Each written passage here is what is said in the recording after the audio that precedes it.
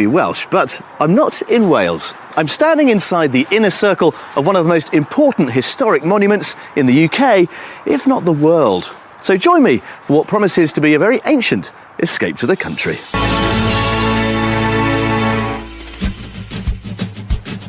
In today's show, I'll be helping a couple keen to spend their retirement in the country. And they're certainly taken with the early properties we show them. So there's a sense of agreement, dare I say it? Yeah, it is. A little bit worrying, isn't it?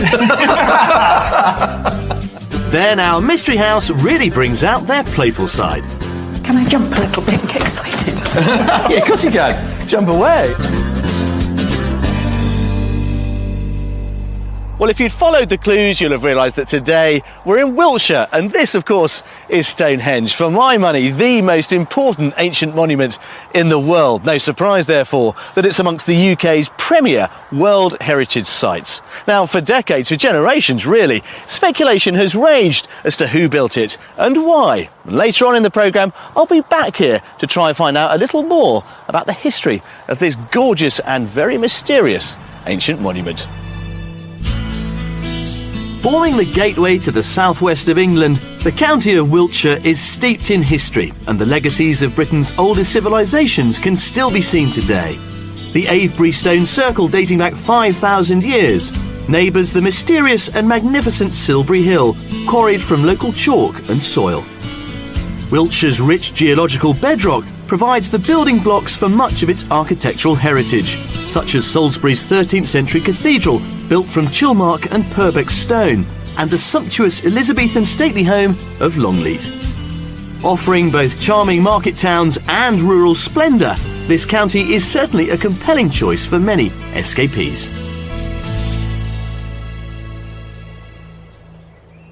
Now, despite Wiltshire's close proximity to surrounding cities like Bristol, Bath, Southampton and even London, it is perhaps surprisingly the least densely populated county in southwest England. But that, of course, comes at a price. Your average family home will set you back £292,000, £38,000 above the national average. But don't be put off, there's plenty on offer. On the market for £350,000, this thatched cottage in Manningford Bruce is full of character features. There is a range in the kitchen, a large inglenook fireplace in the sitting room, and outside offers up a good-sized garden. Or for £595,000, you could buy this 4-bedroom thatched cottage in Collingbourne, Kingston. Dating back to the 1540s, it retains its historic feel with the open fireplace in the sitting room, while the light, bright kitchen is a sympathetic addition. Or for bigger budgets, £850,000 will land you this stunning 4-bedroom barn conversion in Stanton, Fitzwarren. The kitchen, with its high-spec fittings and main sitting room, are vast, and the use of timber beams throughout complement its Grade 2 listed status. So there you go, plenty of reasons, as if they were really needed, to want to live in this part of the world. And that's just as well, because for today's buyers, well, they haven't got to move that far. Phil and Kim have lived in their large 5-bedroom family home in Fareham, Hampshire for nearly 14 years. Kim currently works full-time as an NHS manager, and Phil has retired from his job with the Ministry of Defence, although he keeps himself ticking over, running his own consultancy firm from home. Despite these commitments, they're both desperate for a change and are keen to start the next chapter of their lives. We'd like to move to the country at the moment because we've just come to a new era in life. We lived in the country back in the 80s when Phil's job moved there, and we absolutely loved it. We loved being part of a community, and at this time we've got more time in our lives to actually establish ourselves within the community. And we both love the countryside. We don't spend enough time there. Whenever we fly away abroad, the first thing we notice when we come back in is what a gorgeous country this is, and we just want to see more of it. And they've got a whole list of pursuits they want to plough their energies into. And I just want to have a go at everything. I want to join the WI, I want to do fencing, I want to do archery. Anything that's going, I want to have a try. Just get lots of new hobbies, meet new people. And certainly in my case, I'm very, very keen to get out in the countryside. I cycle, which I enjoy doing. I want to be able to cycle around the countryside, just see more of it. I want to improve my language skills. I'd like to learn German more effectively. And also I'd like to perhaps even start doing some music as well, to actually start playing something as well. And I'm also thinking about writing a book. And again, the country environment, I think, provides a perfect setting for that. With Kim still needing to travel to Southampton for work and Phil wanting to be close to his beloved boat, which is moored at Gosport, they've decided that the perfect location is somewhere southeast of Salisbury. What's more, they have a clear vision of what their next home needs to provide. In terms of the property itself, we're looking for something that is a real home. We'd want to see it with a good-sized kitchen, with a good office that I can work from. A minimum, I would say, of 3 bedrooms, one certainly en suite, which would be our main bedroom. We'd certainly like a dining room. That's very important. We do a lot of entertaining, so it's key that we have that. And then perhaps a couple of reception rooms. But there are some areas of potential conflict. One area where we would possibly disagree is that Kim's idea of a nice home, which I would tend to agree with, could end up as being lots of hard work for me. I'm really keen on low maintenance, keep it easy, work with it easy. I do not like the idea of spending all my life up ladders repairing things. Now, Phil and Kim want to be mortgage free, and with that in mind, they've pinpointed exactly how much they can spend. Our budget for the new property is £500,000. So Phil and Kim now feel it's time to fly their own, now empty nest, and find a house that they can live in their way. And boy, do they intend to fill every minute of the future. They've got a real zest for life. There are languages to learn, instruments to play, books to write, even a boat to sail. I don't know about you, but they've exhausted me already. Mindful of Kim's drive to work in Southampton, our house hunt will be based in the southeast of the county, although we may cast our net further to make the most of their budget. I'll be showing them 3 gorgeous yet very different properties, but I won't reveal the price of each until they have a guess first. The last property is, of course, our mystery house, and I think it'll really challenge their vision of what they're looking for in their new home. Well, hello, Kim. Hi, Phil. Nice to see you. Now then, this is all quite interesting because it could be your 10th move, I gather. It could be. We've moved around quite a lot. Yes. So why now? Why again? Well, it's a kind of long story. I think the thing is that we've come to a stage in our life now where I've just sort of retired from my full-time job. Yeah. We want to do something different. We've always hankered to get out into the country, and this just seems to be the natural time to do it. The budget, let's have a think about how much we've got to spend. £500,000. Yes. That's right. Sounds like an awful lot of money, doesn't it? It does. But we found, looking around, that it's not a lot of money. And again, one thing we've learned over many, many years is whatever your budget is, it's just actually too little for what you really want. We know that. Guaranteed. Can we relieve you of £500,000, I wonder? I hope so. Yep, I'm absolutely. really looking forward to finding out. It's burning a hole, isn't it? Right, come on, follow me. Thank you.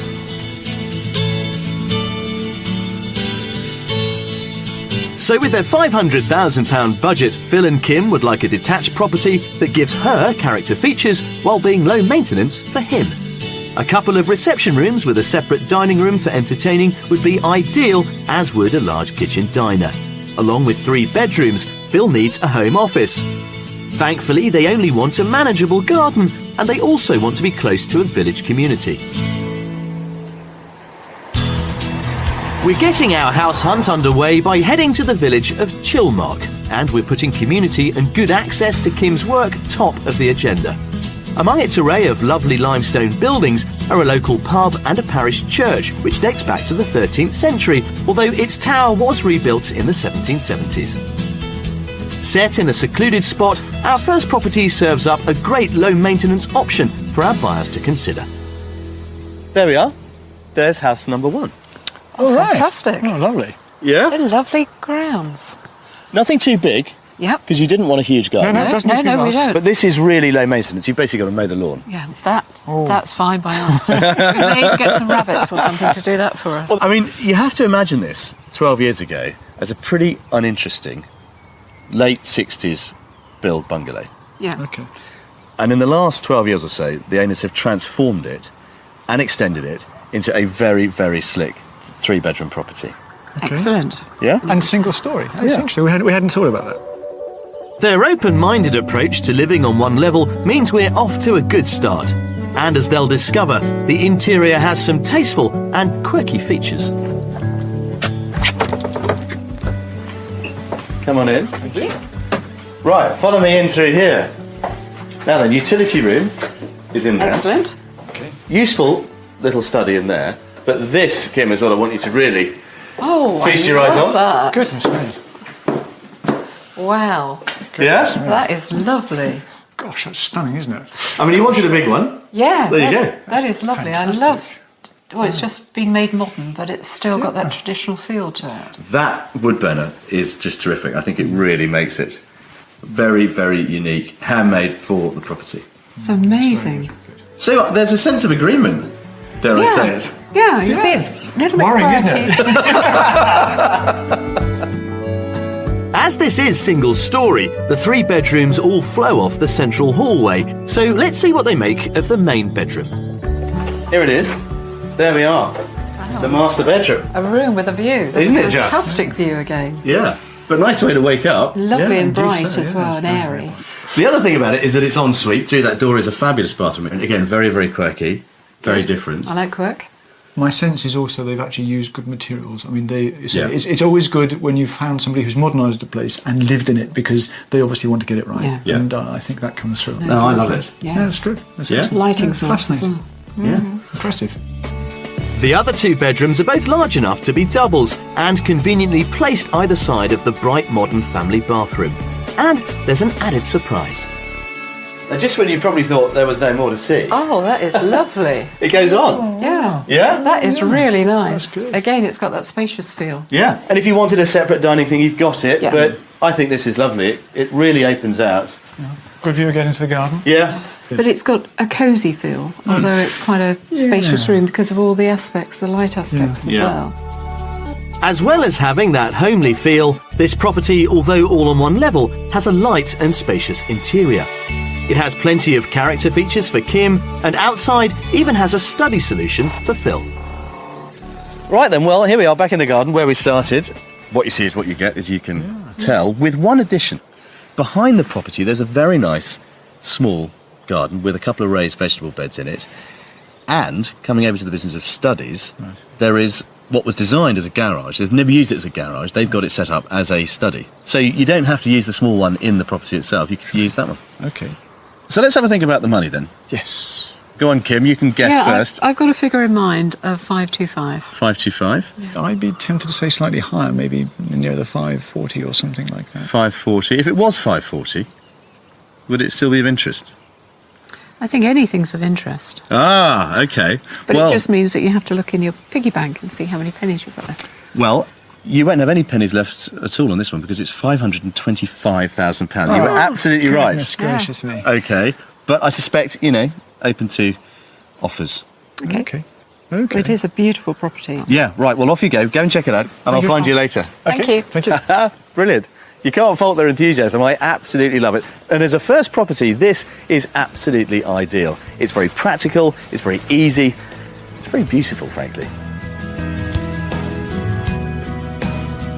Although this property nudges over their budget at £525,000, if they like it, a sensible offer could seal the deal. Along with a large convivial kitchen diner, it offers them a great separate sitting room. The 3 bedrooms include a master ensuite, and outside, the manageable garden houses a super study option for Phil. My first impressions of this house when I got here was that it had a really nice garden, good size. I can imagine having visitors here, having barbecues, and people come to visit. But as we've been going around, it's just been so spacious and so light, which is the main thing that I've wanted out of a house. So I've been really pleased. I really like it. Actually, this is looking very, very interesting. Immediately caught by very light, very airy. And of course, you just walk in a little way and then on the right-hand side is that stunning kitchen. And however you look at it, that really is the kind of main feature of the house, and quite rightly so. The house has plenty of room. It's good for us as a couple, and I think it would be good for the grandchildren and all the family. Well, I think that all went rather well, actually. Ah, how are you? Yeah, really good. Isn't it? It's absolutely wonderful. Yeah, excellent. Really, really fascinating. I think you've done very, very well with choosing something that's really got all the key parts there. Really good. Good. And it's only the first one. I know. Yeah. Let's go see some more.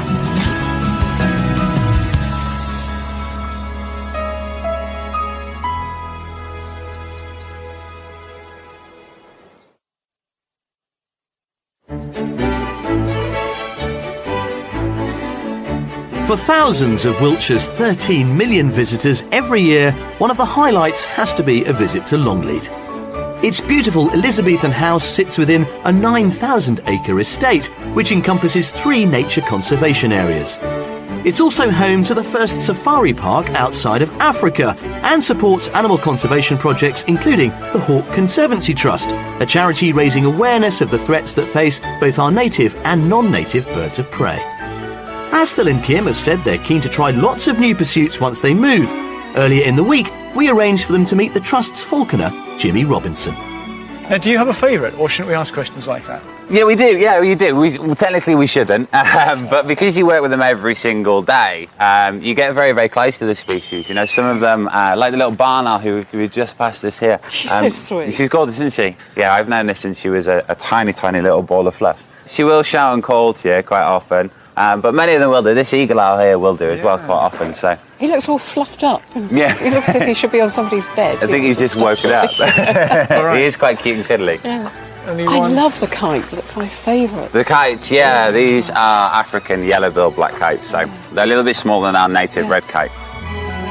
Jimmy's giving Phil and Kim the chance to get to grips with the basics of falconry, which, during the Middle Ages, was known as the sport of kings. Indeed, Longleat's own archives show that it was practised here as far back as 1589. They're going to meet a non-native bird in need of some good publicity. He's a little African hooded vulture, and he's called Mighty Mite. He's only a year old. Here we go. Long flight. What's the wingspan? His wingspan will be about 5 feet from tip to tip, so yeah, he is quite a large bird when he's on the wing. I think we're about to become He's friends. edging in a bit closer. Okay, fine. We kind of grow up with vultures and loads of different cartoons being shown as these horrible, ugly, dirty creatures, but they're not. They're incredibly clean. They have to keep themselves in tip-top condition. They've got amazing digestive systems. They can even take anthrax on board their system and still survive, which is just phenomenal. And so sadly, because vultures are declining, various different animals are suffering problems with diseases and pests and parasites, where normally the vultures would be there to stop those diseases from spreading. Filters the sound to her ears, and an owl's ears in the same brazen. Our buyers now have a chance to see this diverse cast of raptors in action, which includes Britain's largest breeding falcon, the peregrine. With a diving speed of over 190 miles per hour, it's one of the fastest animals on the planet. But for now, it's time to turn an eagle eye back towards our house hunt.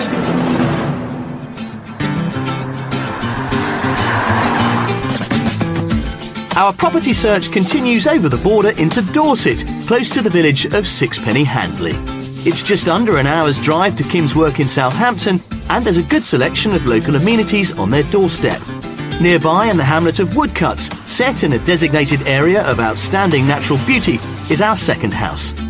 The main part of it dates back to 1901, and it also has a large side extension added in 2001.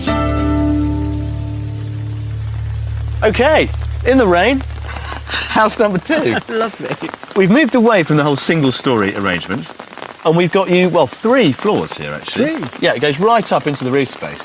And it overlooks, this area behind us, this mixed woodland here. It's beautiful. It's an ancient bit of woodland, this. It's called Scrubberty Burrows. You're joking. Lovely. I'm not, I'm absolutely serious. I mean, you might think it's drawn from some kind of fantasy novel, but no, Okay. it's called Scrubberty Burrows. Right. And I'm told by the owners that they do, in the morning, come out here and find deer. Excellent. So I think we should get out the rain. I think we Yes. should. Let's go Have a look. inside. Come on. Very good. The extension gives them a purpose-built garage and a large self-contained parking area. But let's see what their first reactions are to the front-facing reception rooms in the original part of the house. This is the dining room. Oh, Decent right. size. Yeah? yeah, yeah. It's a beautiful view out there. It's Yes. What was it called again? Scrubbity Burrows. Scrubberty Burrows. You just got to live here just so that you can say I live opposite Scrubbity Burrows. Well, you ought to rename the house, really. Yeah. Absolutely right. Call it that. But, I mean, I think it's a very conventional layout, this. This room is reflected over the corridor on the other side as a lover living room, stroke, snug study, whatever you want it to be. So it's very easy to kind of get a sense of the ground plan. The dining room leads through to the back of the property to the kitchen, which we'll come to later. However, we'll take a look at another of the property's reception rooms, this time in the newer section of the house. Oh, it's surprising, isn't it? Yeah. This is the new bit. This is the 2001 bit, which now goes on to a games room. It's got a little bar in there. You can probably just see a pool table shining through the door. And, say garage beyond and the parking and so forth. But now let's take a look at that kitchen and see what they think. Right, in he comes. Right. Bit more cottagey. Bit smaller. Yes. It's not what I would call a huge kitchen diner, although obviously it's got a little table in it at the moment. Yeah. That door there instantly goes through to a downstairs loo and utility room, and another door out, obviously, to the garden. You've got the range, which again sort of ticks a cottage box, if you like, I suppose. Yes. But yeah, if you think, cosy cooking is for you. I could definitely work with this.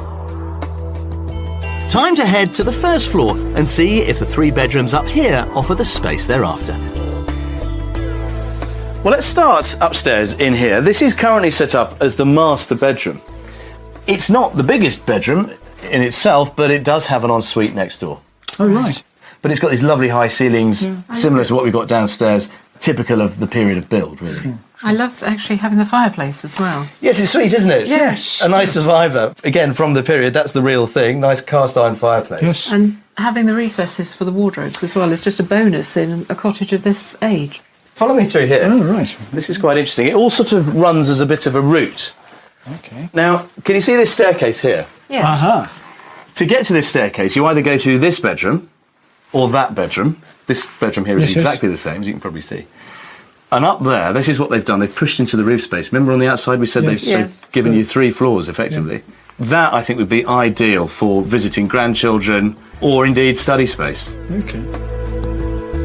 Under here on the first floor, the 3rd bedroom is a compact but bright double, which is served by the main family bathroom next door. Overall, this house offers them a mix of Victorian character and proportions, with the bonus of a modern, adaptable living space to accommodate visiting friends and family. And outside gives them the low-maintenance garden they've asked for. Madam, Thank you. you can have that. Right, up those steps. Okay.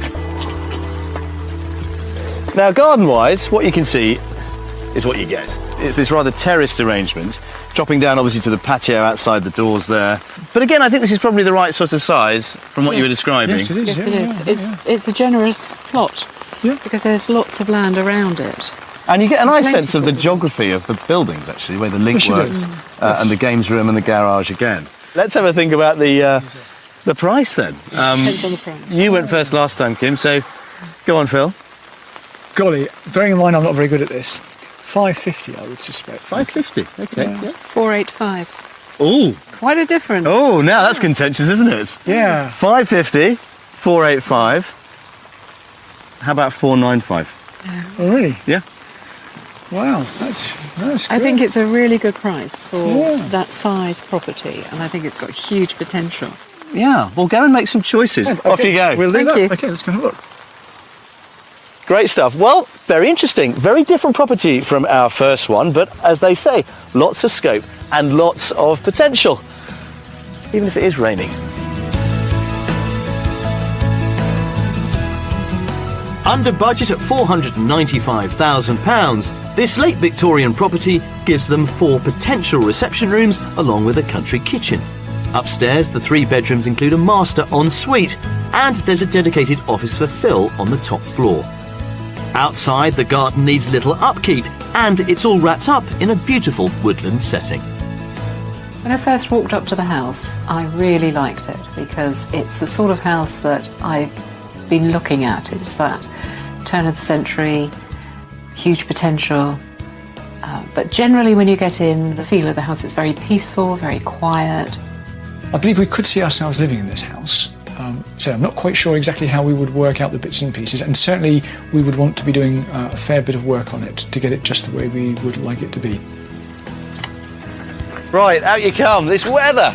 This goes on, doesn't it? Oh, yes. But you're happy with number 2? Yes, it's got huge potential, and it's just thinking about the uses of the space, because there's lots of land and lots of space in the rooms there. I think this one's really got your minds going, hasn't it? It has. It has, actually. Right, come on, let's get out of this rain. Okay. Okay.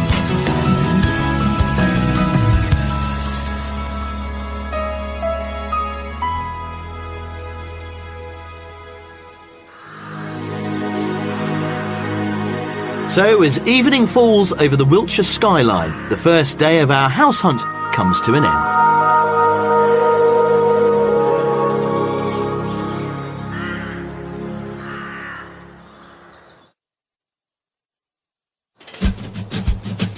With the new phase of their lives about to begin, Phil and Kim are poised to sell their family home in Fareham, Hampshire, and leap over the border to rural Wiltshire.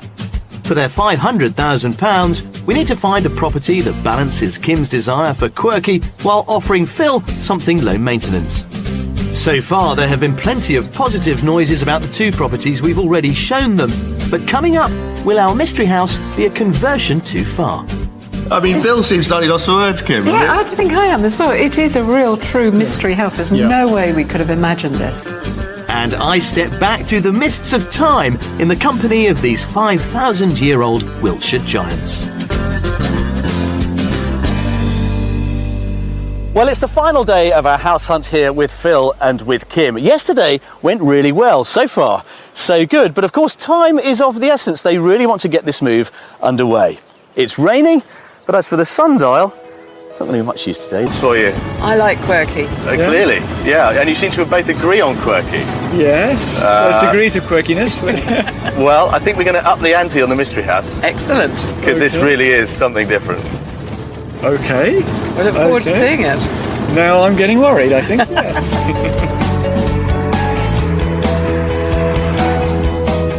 Our mystery property takes us to the village of Zeals, towards Wiltshire's borders with Dorset and Somerset, and stretches Kim's drive time to work to over an hour. Along with welcome amenities, the village is peppered with some impressive mid-19th century architecture, such as the parish church built in the Gothic Revival style and these lovely old almshouses. Our mystery house was built in the 1850s and comes in the form of this converted chapel. Well, here we are, the mystery house in this shocking weather. Goodness me. Or a part of it. A part? We've got you an old chapel. Oh, Wow. fantastic. But they've done it rather nicely. And there are some real giveaways as to the fact that it obviously is a chapel. So quirky is the name of the game. Okay. Quirky I love, and I love the area as well. I'm really excited about this one. Yeah? Right, well, I'm not going to make this linger any longer than we need to. Let's get out of the rain, come on. Fine, thanks. Yes, let's quickly head inside and explore its awe-inspiring interior. Oh, that's better, isn't it? Oh, absolutely. Get out of the rain. Absolutely. Yeah, a chapel for you. What do you reckon? That is amazing. It's incredible. Absolutely amazing. It's huge. Have you ever thought about this sort of thing? We'd never really considered it, had we? No, and I've often wondered what they do with them inside. Well, this little hallway is a lovely way to greet your guests. You've got a wood burner there. We've got a little, well, it's currently a single bedroom through there. Sure. Could be a study, Phil, Okay. really. And the rest of it just sort of opens up. Yeah, go and it's have a look. stunning. Come on, let's have an explore. I mean, this to me is really where the whole kind of chapel thing comes to life. I mean, it is extraordinary. It's incredible space. Yeah. Yeah, absolutely. I mean, what do you make of it? It is amazing. Absolutely. Yes, as you say, you can see the main features which make it the building it is. Yeah. But again, fascinating way it's been put together. I mean, the really clever bit, I think, is this central fireplace arrangement, which clearly it wouldn't have had, obviously, as a chapel. Yes. But it divides the space up and allows us to create another floor beyond. But you've obviously got all the architecture that portrays its history.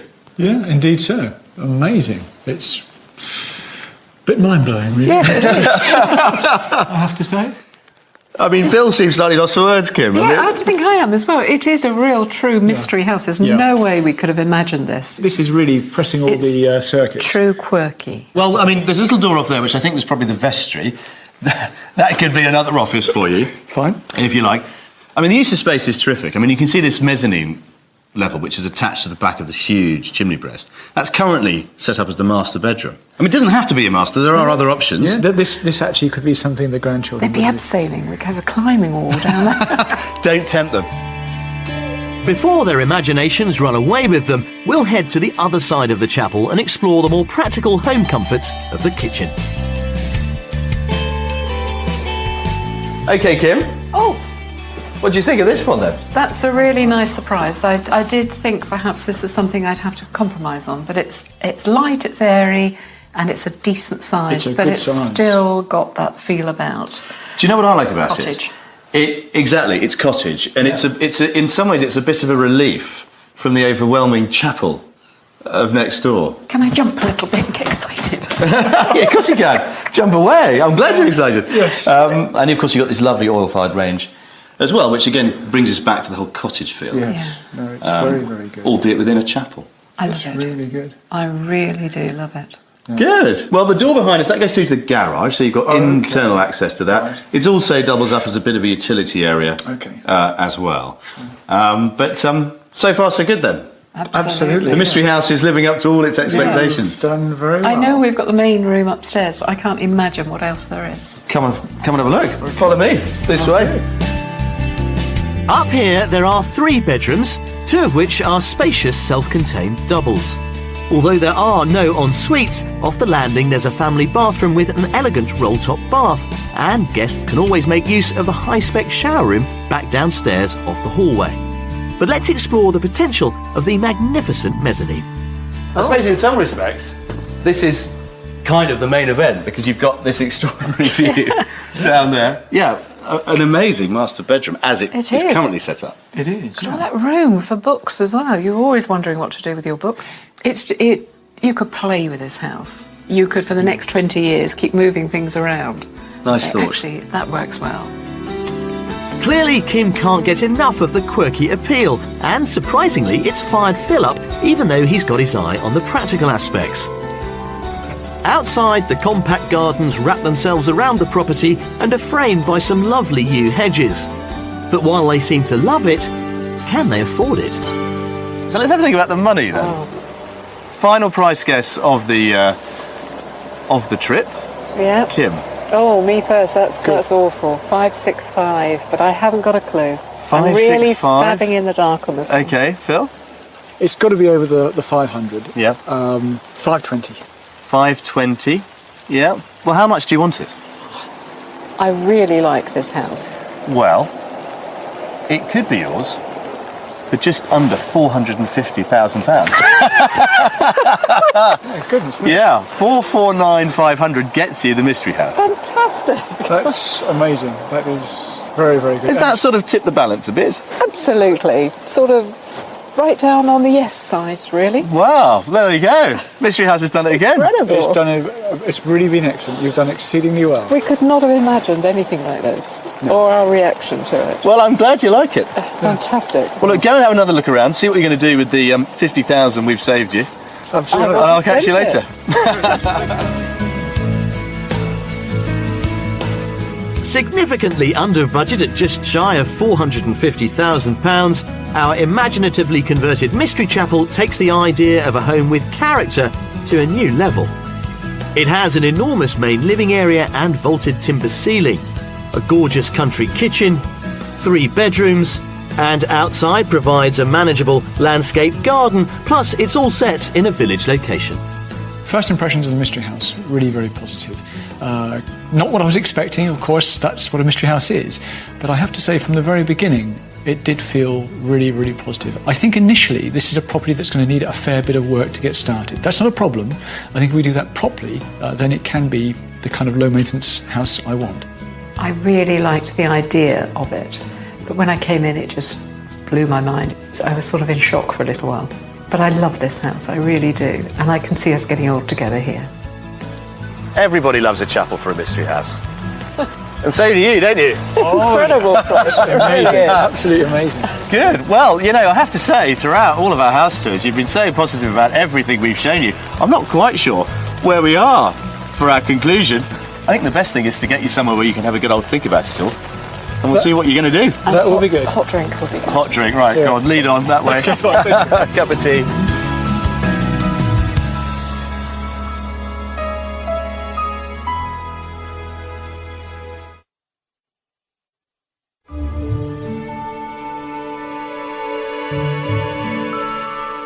Britain is home to countless historic stone monuments, but one that is always truly fascinating is Stonehenge, a site shrouded in mystery and whose presence and purpose still confounds prehistorians. Early one morning, I was given the rare opportunity to walk among these ancient stones and to find out more about the theories that surround them with Dave Batchelor from English Heritage. Dave, good morning. How are you? Morning. There's a wonderful feeling in the centre of this monument, isn't there? A real kind of tingle, an ancient presence, if you will. Yes, I still get that after 20-odd years coming inside here. Yeah. Now, many people ascribe it as some sort of great celestial calendar rooted in the midsummer sunrise and midwinter sunrise. And here we are on this gorgeous morning with the sun popping up behind the stones there now. I mean, it's a very moving experience being in the middle here. It is, yes. I mean, it's special. And it's designed to be special because of the different uses in heights and the true use of architecture. Yeah. One of the things that makes Stonehenge unique is the fact you've got these lintels, you've got a third dimension, and the fact that they raise in height as you get towards the central space. Well, you talk about the architecture. I mean, let's just have a look at one of these gorgeous stones here. Yeah, I mean, you just... Changes in size as you approach it, doesn't it? So many questions. It's just Yes. amazing. Yeah. But I love the fact that it's still a mystery. We do know the stone's geological story. 4,000 years ago, the 80 Preseli bluestones forming the inner circle were transported from southwest Wales, although it was never completed. However, those in the outer circle came from much closer to home. These are the Sarsens. These came from the Marlborough Downs, 25 miles to the north of here. Probably semi-finished, i.e. these are all been worked to give us this final shape. And then big holes dug and put up. I mean, you make it sound very simple, yeah. I mean, what's interesting is that when you look at the top of some of those that are missing their capstones, as it were, you can see these little nodes, these little knobs, which would have located the stones on top. I mean, that's quite a sophisticated bit of engineering in some ways. Particularly in stone, yes. You've got mortise and tenon or ball and socket type of joints sitting between the uprights and then the lintels that sit across them. Yeah. Some of the early elements of Stonehenge point to the fact that this was an important site over the course of many centuries, notably the henge or ditch that surrounds the stones. There are a number of features outside here that relate to it and are part of this late Neolithic, Bronze Age ceremonial landscape. So it's a huge period of time. It's 1,400, 1,500 years it was in use for. And in the wider landscape, we can just see one appearing through the mist over there, this lovely barrow. There are literally dozens of them in this area, aren't there? Hundreds of them. We reckon there's well in excess of 400. Now, these are burial mounds dating from the Bronze Age? Bronze Age period, yes. So what, 1500 BC? Contemporary with the stones here.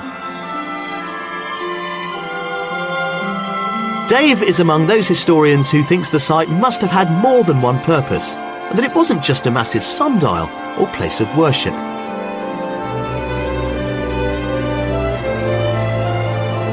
You know, I've studied this place for years. Hundreds, thousands of people have. None of us really are any the wiser as to what it was used for, who built it. So let's go and ask them, and hopefully it might just stop raining.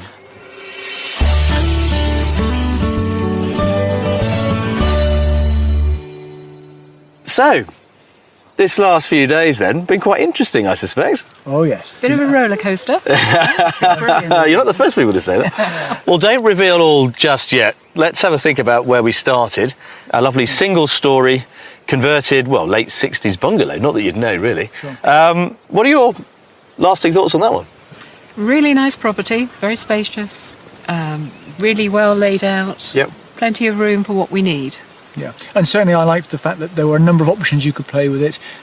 Certainly it would meet all our needs. It's just a question again of deciding how to do it. Well, our second property was an altogether different proposition. I liked the shape of the second one. I liked the fact it was a cottage with an extension, and the land was lovely. There was plenty of land to play with. The rooms to me were just slightly too small to be able to entertain in and do what we wanted to do. Like Kim, I was just a bit concerned that maybe some of the rooms were perhaps a little bit on the small side, but again, that's what you get when you get a cottage. That's part of the package that goes with that kind of house. I have to confess that when we set out toward the mystery house, I wasn't really sure what you'd make of it. I actually thought property number one was sold, hook, line and sinker. And I think you probably did as well. Yeah, I mean, to be honest, the Mystery House was going to have to pull something pretty magical out of the bag to be able to do that. Because, yes, we were very impressed with house number 1. So, Kim, did the Mystery House pull something magical out the bag? It made me jump for joy. I absolutely loved it, but we were just in trepidation of what it would be. Yeah. You'd never really explored a chapel before, you said. No, we've seen chapels that have been converted to houses, but we've never seen inside them. The roominess is really attractive. It means that we as a couple can have a good house. Yep. But then, of course, make it a really good home. But also, when we have visitors, whether it's the grandchildren, whether it's the extended family, whatever, there's so much you can do. It's going to be a really fascinating place to entertain family, friends, formally, informally, and so on. It's just really quite outstanding. I think you've probably answered my final question, which is which of the 3 is your favourite? Just to be clear, which one is it? 11 out of 10 for the chapel. We definitely love that, both of us. I think so. Yeah, it's really excellent. I mean, it took us completely by surprise. Yeah. So what happens next? Well, I think there's 2 things. First of all, we have to make sure that we sell our current property on. That's clearly a major next step. But we want to actually, I think, start approaching the estate agent of the Mystery House and start that ball rolling too. Well, guys, it's been an absolute pleasure. I'm really delighted that we've managed to find you a property, which I hope will be your forever home. We hope so. Here's to you. Cheers. Cheers. Thank you to the team for all that you've done. Our pleasure. Thank you.